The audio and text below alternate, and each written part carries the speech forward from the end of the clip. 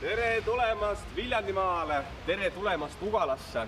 Viljandimaalt on tugev front kokku puhunud väga palju tantsijaid. Täna on meil 2 kontserdi peale kokku üle 500 tantsija ning tants on kokku kuskil 40.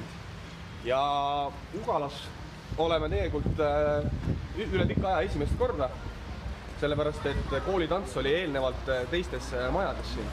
Aga Viljandis ja Ugalas leiab aset ka koolitantsufestivali kulminatsioon, sellepärast et siin toimub lõppkontsert ning off-programmi raames paneme tantsima kogu Viljandi linna. Tantsijad on meil valmis ja nagu näha, et lapsevanemad juba saabuvad majja, et ennast kohtadele sisse seada. Aga praegu saalis tegelikult ongi proovid, kus tantsijad teevad oma head soojaks, et kõik sammud oleks niimoodi meeles, nagu olema peaks.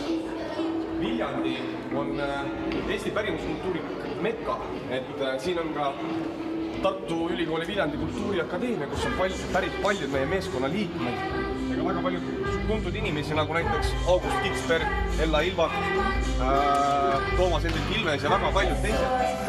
Aga vaadake nüüd lavale. Möll käib täies hoos. Läheme tantsima!